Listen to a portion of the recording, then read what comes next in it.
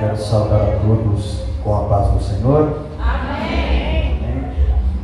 Vamos estar lendo o livro de 1 Reis, capítulo 18,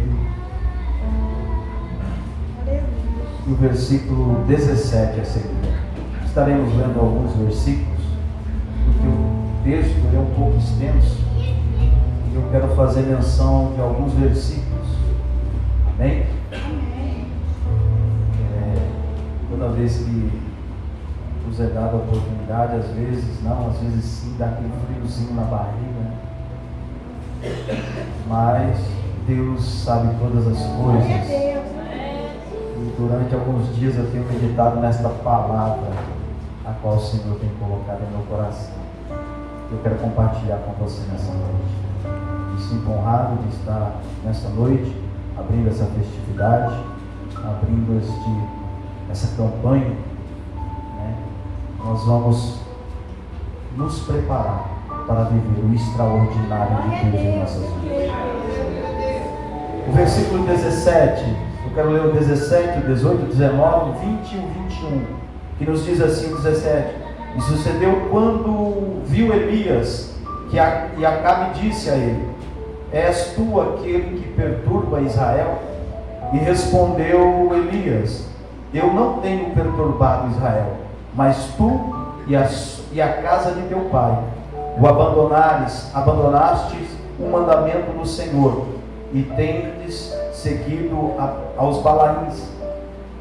O 19: Agora, portanto, mandai reunir a mim todo Israel no Monte Carmelo, e dos profetas de Baal 450, e dos profetas dos bosques 400, as quais comem a mesa de Jezabel.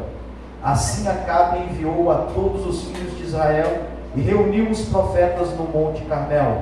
E Elias chegou diante de todo o povo e disse: Por quanto tempo vós cocheareis entre dois pensamentos?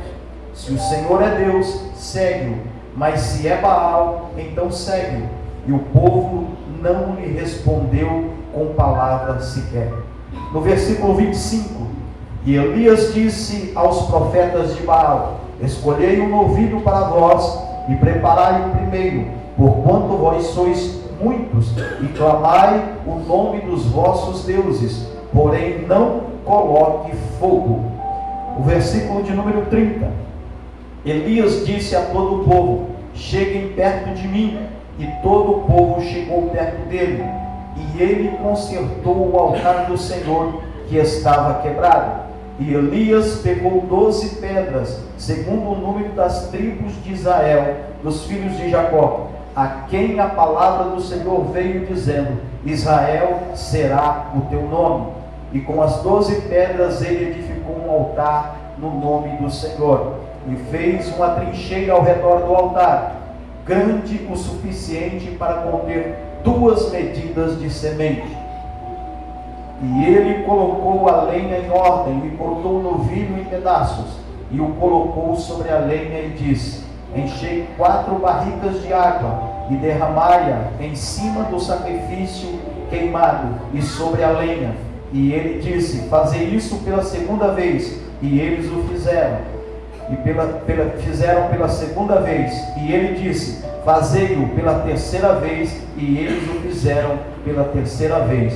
E a água escorreu ao redor do altar, e ele também encheu a trincheira de água. O versículo de número 39: E quando todo o povo viu isso, eles caíram sobre a sua face e disseram: Só o Senhor é Deus, só o Senhor é Deus. Amém, glória a Deus. Eu quero fazer uma breve oração.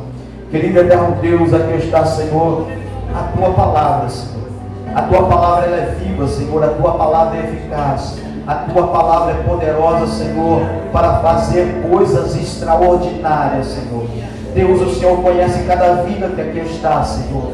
Então, Senhor, fala conosco de uma maneira extraordinária, Senhor. Fala conosco, Senhor. Brada, Senhor, aos nossos corações nessa noite, Senhor, porque a tua palavra veio, Senhor, para fazer aquilo que lhe apraz nessa noite, Senhor. Então faz, Senhor, porque o que está aqui, Senhor, é teu. Esta igreja é tua, este povo é teu, Senhor. Tudo que está aqui é teu, Senhor. Então faz, Senhor, conforme o Senhor queira nesta noite, meu Pai. É o que eu te peço, Senhor, no nome de Jesus. Amém? Pode tomar o vosso assento. Quando nós nos deparamos com esse texto, um texto muito conhecido, nós vemos que um profeta se levanta no meio de uma decadência, no meio do povo de Israel, aonde o povo se desviaram dos caminhos do Senhor, aonde há muito tempo, há muitos anos, eles vinham vivendo uma apostasia espiritual. Eles vinham vivendo um povo vivendo sem compromisso com o Senhor. E no meio desse povo é levantado um homem, um profeta, por nome Elias. E nós vemos que Elias, ele está no meio do povo. Até então estava tudo bem com o povo não estava sendo cativo, o povo não vivia cativo, o povo tinha o que comer, o povo plantava, colhia. Mas chegou um determinado tempo a qual Deus tem que tratar com o seu povo. Deus tem que tratar com o povo para chamar o povo de volta à adoração. E para isso Deus usa um homem por nome Elias, a qual está certa feita e ele profetiza sobre Israel.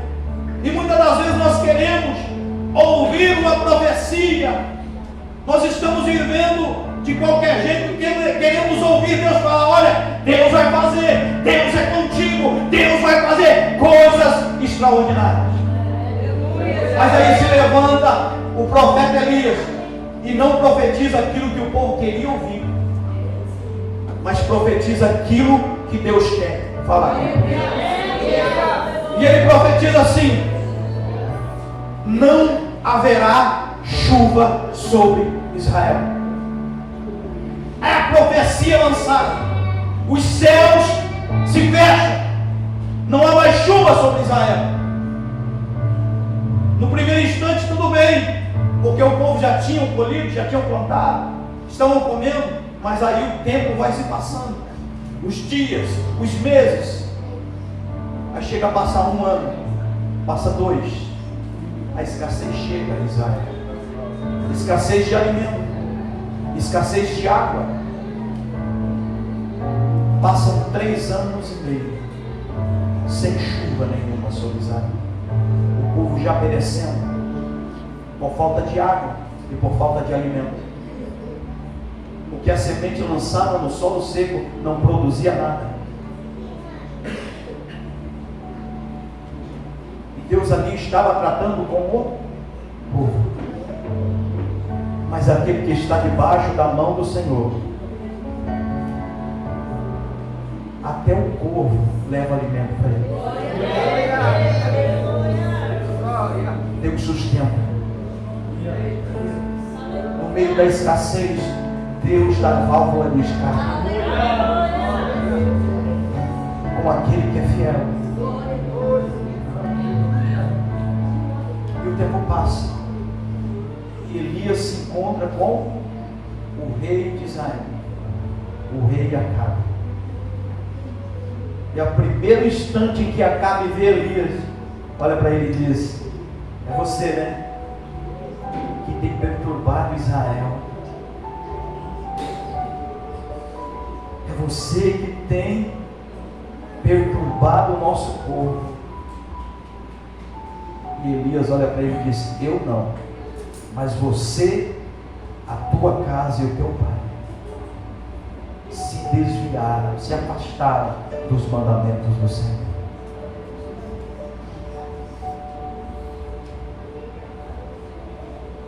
Quando eu vejo esse encontro, eu vejo que é um encontro promovido pelo próprio Deus. porque ali chegou a hora do povo ver quem era o verdadeiro Deus em Israel. E quando Elias se encontra com Acabe, ele diz uma dura verdade para Acabe, mas Acabe não liga. Mas uma ordem de Elias é dada a Acabe. Ele diz: manda chamar todo Israel, reúna todo o povo de Israel, diga a eles para subir no Monte Carmelo, mas também os 450 profetas de Baal, os 400 de Azera, manda subir para o Israel, no Monte Carmelo. E assim eles fazem. Sobe todo o povo. O que eles queriam ver, o que ia acontecer. E Elias faz um desafio com os profetas de Baal. Olha, vocês vão pegar, cada um de nós, vocês vão levantar um altar para os deuses de vocês. Porém, vocês não vão colocar fogo, mas o Deus que responder com fogo, este é o verdadeiro Deus.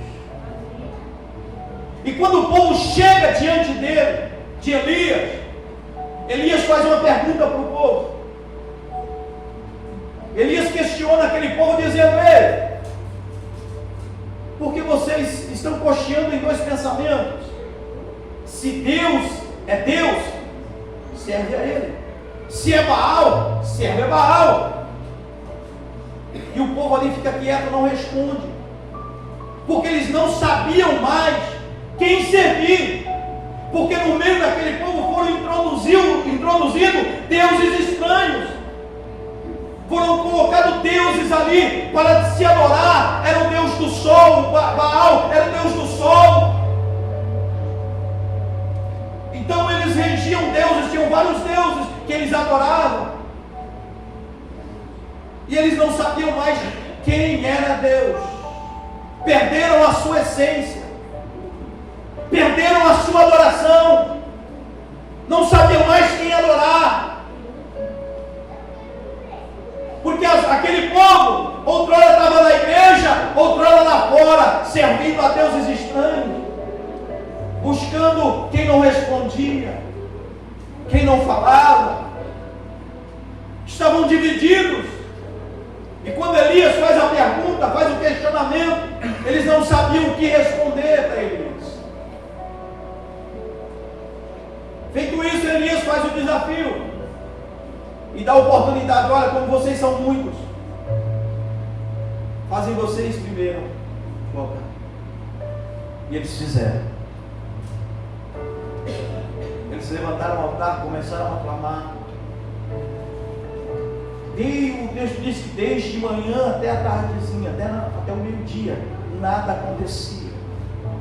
E Elias vendo aquilo, porque Elias sabia que existia apenas um Deus que poderia responder com fogo, o Deus verdadeiro, o Deus criador dos céus e da terra, o Deus que ele servia, o Deus que ele tinha intimidade, o Deus que ele conhecia. Aí ele começa a zombar: ei, grite mais alto, talvez ele esteja dormindo. E quem sabe ele não deu uma saída, ele não foi passear. Quem sabe ele não foi viajar. Clame mais. Quem sabe ele não ouve vocês. E as horas foram se passando, e o desespero foi tomando conta daqueles profetas, ao ponto deles começarem a se cortar a sua carne, para que o seu Deus respondesse. Mas não houve nada. E por volta das 3 horas da tarde, acabaram a vez dele, agora é a vez de Elias. Aí o texto que me chama a atenção é que Elias, antes de consertar o altar, ele manda chamar o povo para perto dele. Isso me chamou a atenção, isso me despertou algo. Mas por que Elias manda chamar o povo? Por que Elias mandou chamar o povo para perto dele? Porque aquele povo não se lembrava mais como levantar um altar. Eles não sabiam mais como era levantar um altar a Deus. E ele diz: vem para perto de mim, vem para perto de mim. E Elias, o texto diz que Elias, ele pega 12 pedras, que cada uma simbolizava uma tribo de Israel, e ele levanta as 12 pedras. Aí o interessante é que lá no versículo de número 32, e com as 12 pedras, ele edificou o altar ao Senhor. O que é edificar? É algo sólido, é algo que não cai, é algo edificante, é algo que permanece. Porque o altar não poderia ser feito de qualquer jeito, porque quando colocasse a lenha e o novilho em cima, ele poderia cair, mas o altar que é levantado para Deus, ele não pode cair, ele tem que ser edificado. Aí eu me lembrei de algo: 12 pedras, uma tinha que encaixar bem na outra, uma tinha que ficar bem firme, uma em cima da outra. Ou seja, eu vejo que a atitude de Elias ali está dizendo: ei, enquanto vocês estiverem separados, enquanto vocês estiverem divididos, não vai ter edificação de altar, mas quando vocês se juntarem,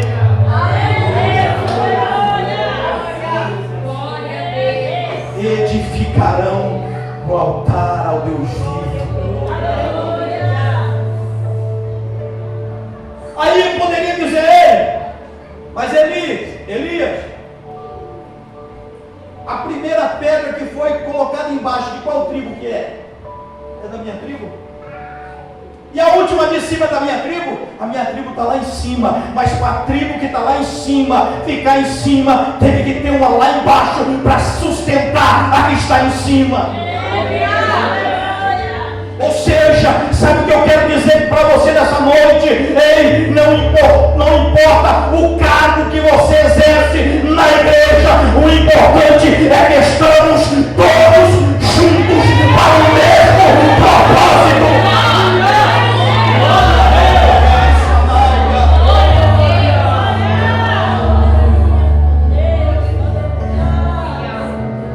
Não é quem está embaixo ou quem está em cima, é que todos fazem parte do mesmo altar.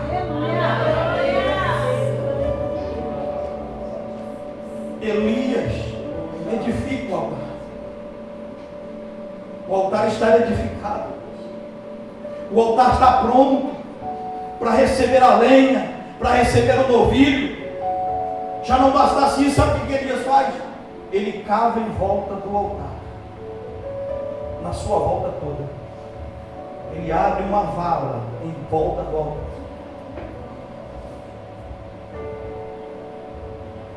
Ele faz um buraco em volta. Ele faz aquele buraco.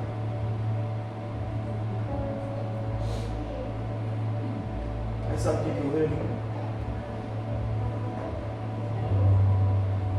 Eu vejo que o altar ali no meio, com aqueles buracos em volta, o buraco em volta, ele está separado do resto. Se nós queremos viver o extraordinário, nós temos que nos separar do resto. Se nós queremos viver e vivenciar, se nós queremos ver o fogo vindo do céu, temos que nos separar.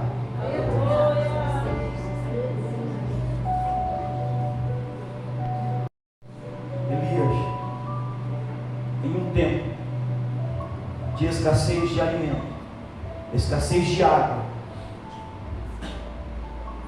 ele manda encher várias talhas de água para se jogar no altar. A água ali era mais preciosa do que o ouro.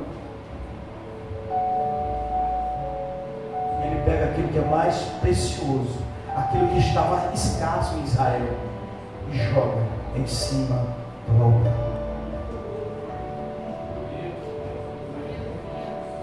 Sabe o que eu aprendo com isso? não basta sacrificar, tem que derramar o melhor em cima do altar. Tem que entregar o melhor em cima do altar.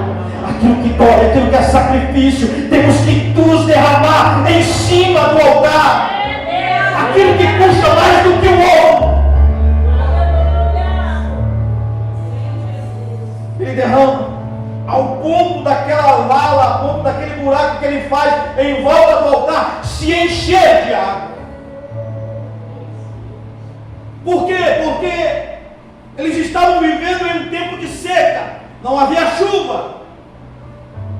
Para que não houvesse dúvida alguma, ele tinha que molhar a lenha, ele tinha que molhar o altar,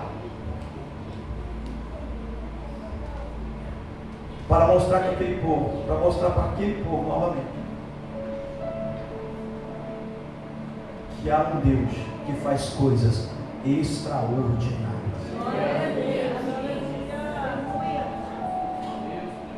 Aí eu pergunto para você, eu li, reli e reli novamente o texto. Elias, ele poderia chamar chefe de alguma tribo para ajudar ele a levantar o altar, para ajudar ele a pegar as pedras. Só que ele não faz. Ele sozinho levanta aquele altar.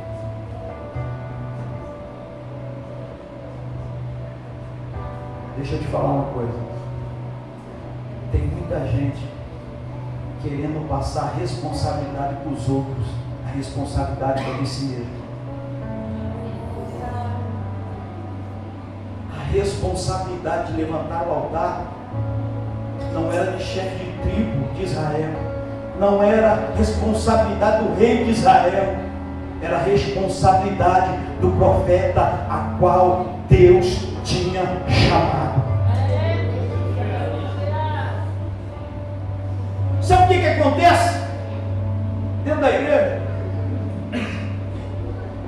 É que quando algo não dá certo na vida de muitos crentes, ele vai querer colocar a culpa no pastor, no seu líder.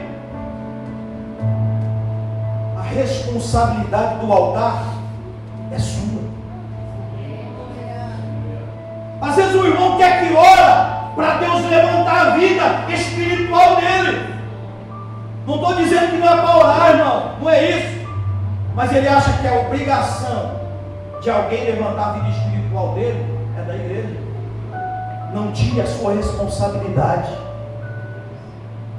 Se o altar está quebrado, quem tem que levantar é você. É você que tem que edificar o seu altar. É você que tem que colocar o altar em ordem.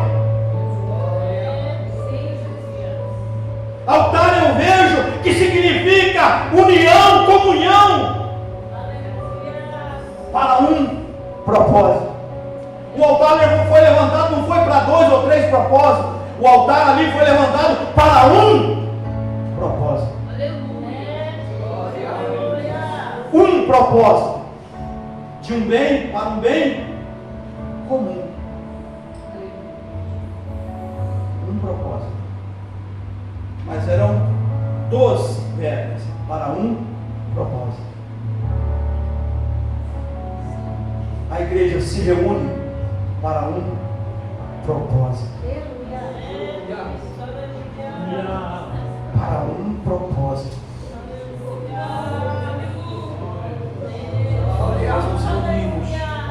Quando nós nos reunimos em um propósito, você pode ter certeza que os céus se abrirão, o fogo descerá e Deus vai receber a nossa oferta de adoração, a nossa oferta de louvor, ao nosso amor. Deus vai responder a nossa oração apenas em um propósito.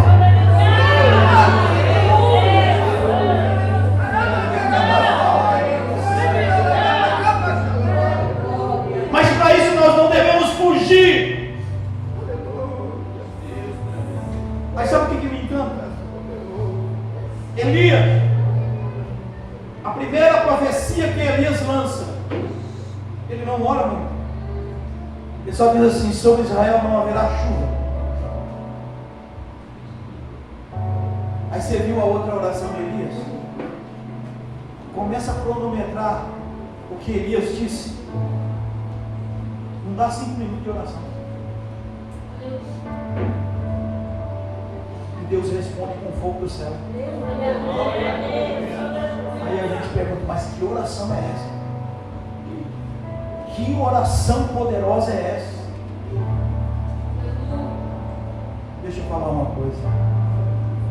O segredo não foi a oração. O segredo de Elias, para Deus responder com fogo do céu, era a intimidade que ele tinha com Deus. Não foi o tempo de oração, mas era a intimidade que ele tinha antes de chegar na oração. Ele caminhava com Deus, ele era orientado por Deus. Ele vivia com Deus, ele respirava Deus, ele bebia Deus, ele via Deus, ele vivia para Deus. E aquilo que saía da boca dele, Deus fazia, Deus cumpria. É o tempo que ele vive com Deus. Nosso problema é que quando estamos na nossa casa, nem abrimos a Bíblia, nem falamos com Deus. Mas quando entramos dentro da igreja, dobrando nosso joelho: Deus me dá, Deus faz aquilo que Deus não faz. Não caminhamos com Ele. Aí quando Deus não faz, aí nós queremos culpar. Olha, não Messias, a campanha lá não resolveu nada não aconteceu nada. Mas não vai acontecer nada. A gente pode viver o ano inteiro em campanha. Se a nossa mudança não começar dentro da nossa casa, se nós não mudarmos o nosso comportamento diante de Deus, nada vai acontecer. Mas quando nós mudarmos a nossa atitude de vivermos com Ele, nós começaremos a viver o extraordinário de Deus na nossa vida. Nós começaremos a viver o extraordinário de Deus em nós.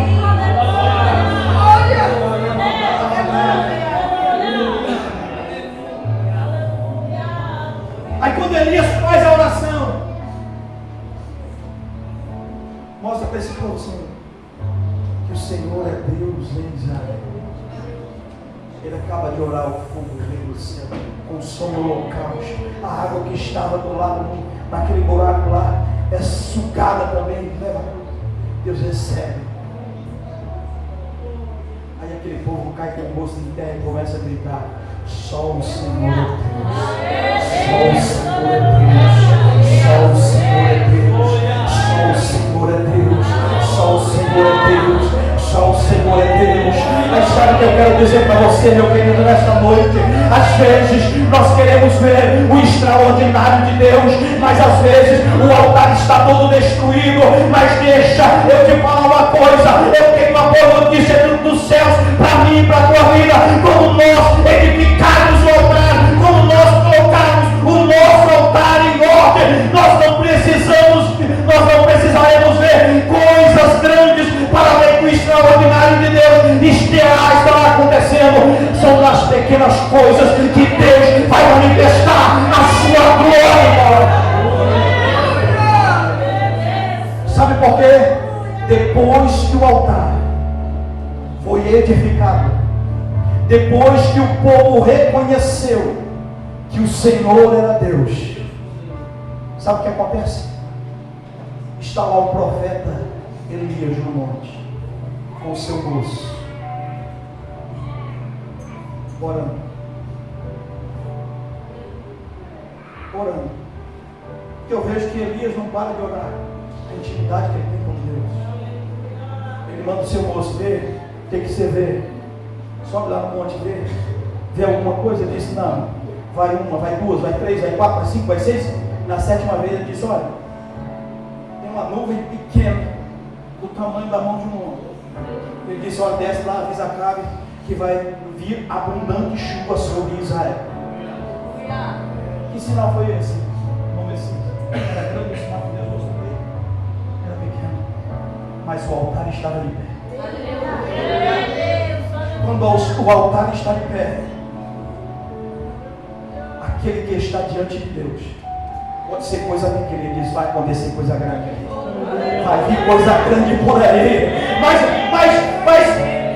profeta, o negócio é pequenininho, não tem problema com o negócio é pequenininho. É o sinal dele. Ele mandou um sinal, então é coisa grande. Porque está vindo dele, é coisa grande.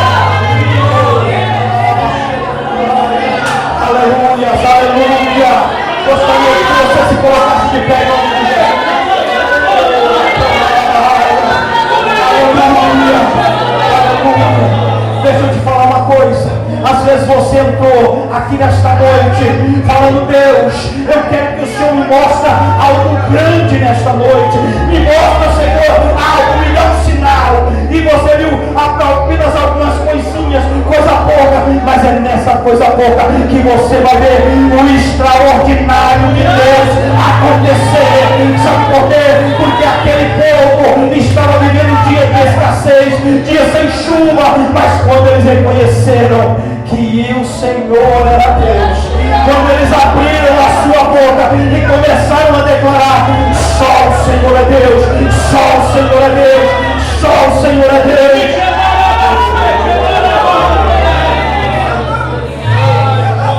Aleluia. Aleluia. Deixa eu te falar uma coisa.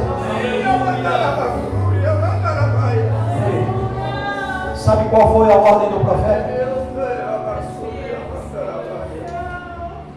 Peguem todos os profetas de Baal, levem até o ribeiro, não deixe um sequer escapar, mate todos. Sabe por quê?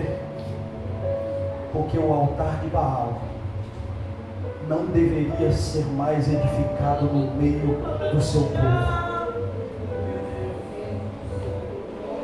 Não foi o profeta que matou, mas foi aquele povo que adorou a Baal. Ei, tem coisas que o profeta não vai fazer por você, que você tem que fazer. Tem coisas que nós temos que arrancar da nossa vida. Não somente arrancar, mas matar. Matar significa destruir, não aparecer mais. Porque o altar que tem que ser edificado na minha e na sua vida é o altar do Deus vivo. É só para Ele, é só para Ele, é só para Ele, é só para Ele. A adoração é dele.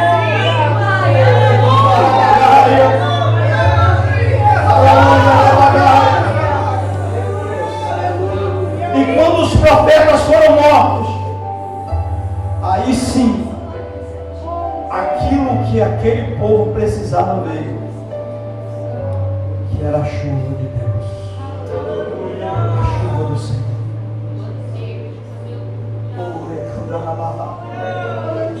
Eu não sei o que é necessário ser feito na sua vida, mas de uma coisa eu tenho certeza: aquilo que a palavra foi lançada, falou ao teu coração, é que você tem que fazer, tem que arrancar, tem que matar na sua vida. Edifique um altar a Deus na sua vida, dentro da tua casa, no teu lar, e você vai ver o extraordinário de Deus acontecer na tua vida.